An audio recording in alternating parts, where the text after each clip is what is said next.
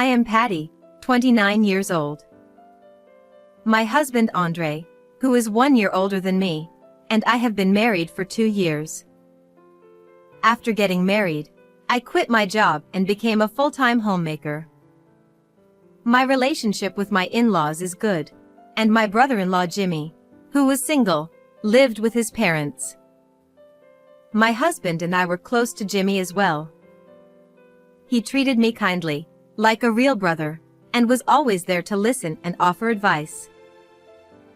When I told my friends that I loved my in-laws, they were surprised, but they were really nice people. I even looked forward to having dinner at my in-laws' house 2 or 3 times a month from the day before. So when my brother-in-law decided to get married, I was looking forward to meeting his fiancée. I thought that since my brother-in-law had chosen her to marry, she must be a wonderful woman. However, my expectations were betrayed. The fiancée my brother-in-law had brought along was a woman with whom I had a history that I would never forgive. My brother-in-law, an excellent man, graduated from a top-ranking university and worked as a researcher at a large company. On the other hand, my husband, his younger brother, was not very good at studying and got a job right after graduating from high school. But they had always been close, and although they were complete opposites in personality and everything else, they seemed to appreciate each other's good qualities. I always watched with a smile as my husband and his brother shared a friendly laugh with each other even after they grew up. When our marriage was finalized, it was also my brother-in-law who was the most pleased. However, my brother-in-law himself had a desire to get married, but he was having a hard time finding a partner. He went to an all-boys high school and a science-oriented university, so he was not blessed with the opportunity to meet women.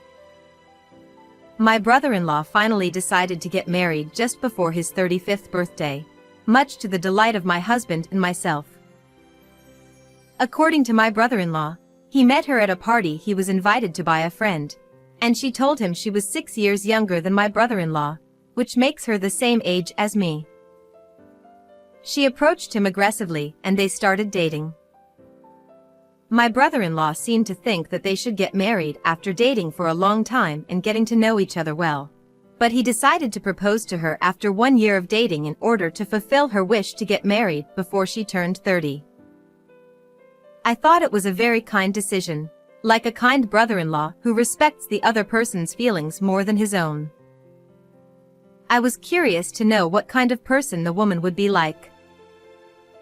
And finally, the day came. My brother-in-law was to bring his fiancée to my parents-in-law's house for a wedding greeting. On the day of the event, my wife and I were invited, and I headed to my in-law's house early in the morning, ready to entertain his fiancée with my mother-in-law. My brother-in-law picked her up and arrived at my parents-in-law's house exactly at the appointed time. The intercom rang and my mother-in-law headed to the front door to greet them, so I stayed alone in the kitchen and began preparing drinks.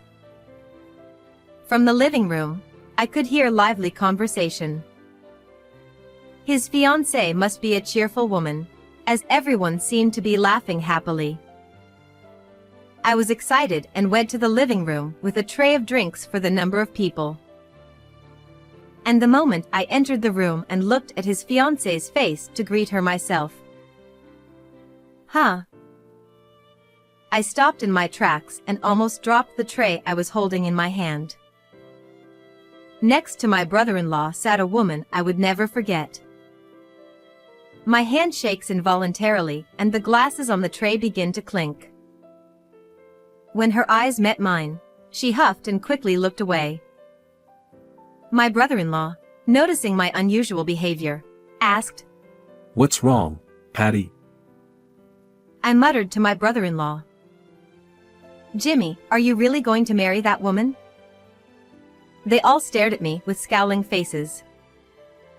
I said in a voice that seemed to echo throughout the room, "That is the woman who was trying to kill me." At that moment, the air in the living room, which had been harmonious, suddenly froze. His fiancée stared at me, her face pale. My parents-in-law, brother-in-law, and husband all looked at me and his fiancée alternately, as if they had no idea what was going on. My brother-in-law asked me to explain what it all meant, so I put my tray on the table and began to speak slowly. The woman my brother-in-law brought in as his fiancée was Ava, a former co-worker of mine. Ava and I were colleagues and assigned to the same department. There, I was being insidiously harassed by Ava. It seemed that Ava had been treating me as an enemy from the very beginning of my employment with the company. She fell in love at first sight with a male employee right after she joined the company, but for some reason, he seemed to like me more than he liked her, and he often talked to me and asked me out for dinner. However, I was already dating my husband at the time, so I declined all invitations from him, and he never pursued me persistently. However, Ava, who was very assuming, must have thought that I had taken him away from her. She began to overtly dislike me and attack me. I was so annoyed. Until then, I had always gotten along with everyone and lived peacefully without hating or being hated by anyone. I had no idea that I would suddenly be harassed by my colleague when I entered the workforce.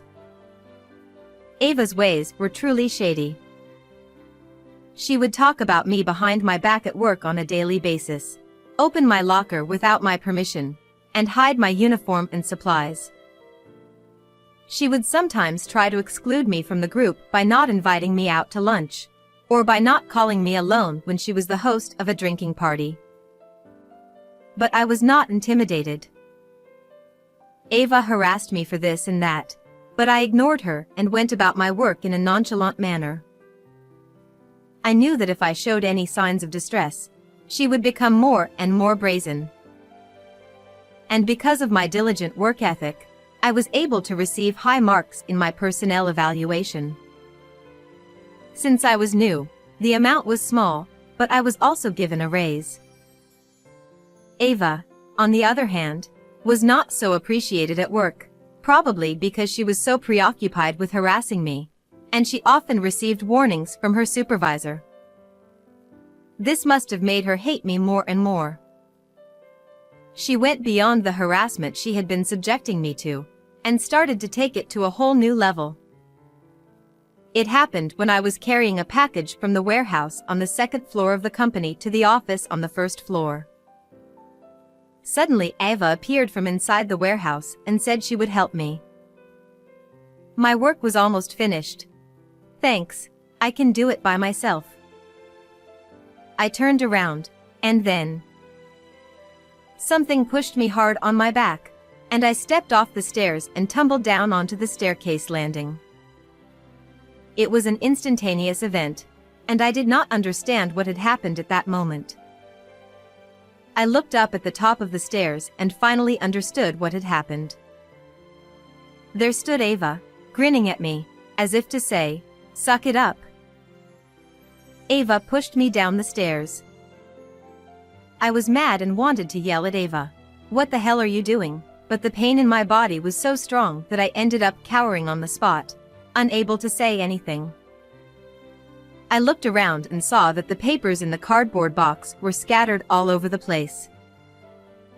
My boss noticed the loud noise and flew in to take me to the hospital, but by the time I realized that Ava had disappeared.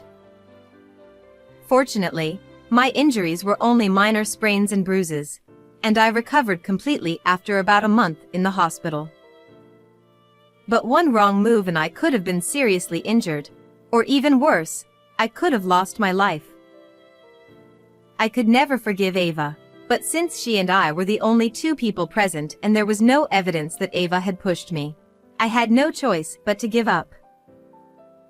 And after that, Ava did not stop and continued to torment me.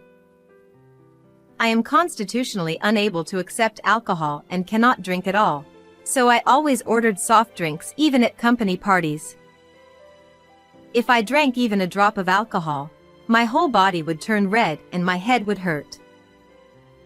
However, Ava, in an attempt to somehow get me to drink alcohol, would offer me cocktails, claiming they were fruit juice. And she would always do this when no one was looking. My stress was at its limit. I thought it was time to file a complaint with my boss, but right around that time, my husband and I decided to get married and I left the company. As a result, I ended up leaving Ava. I never thought that we would meet again in such a place. After listening to my story carefully, my brother-in-law had a grim look on his face. Then he turned to Ava, his fiancée. Is what she just said true? Ava shook her head, looking blue. Then she glared at me again and said, I don't remember harassing you. If you have proof, show it to me, she said. Did she think she could get away with it at this stage? It seems that now is the time for me to take revenge on my former colleague who tormented me so much. Oh dear. I guess I'm ready for this. I won't tolerate it anymore. I thought I'd never use it again, but I'm glad I kept it just in case. With that, I pulled out my phone from my bag and showed it to everyone. I opened it up and showed them an image I had taken a few years ago. It was a picture taken with my phone of an internal email that was used for communication between employees at work. The text was small and hard to read, so everyone squinted at my phone.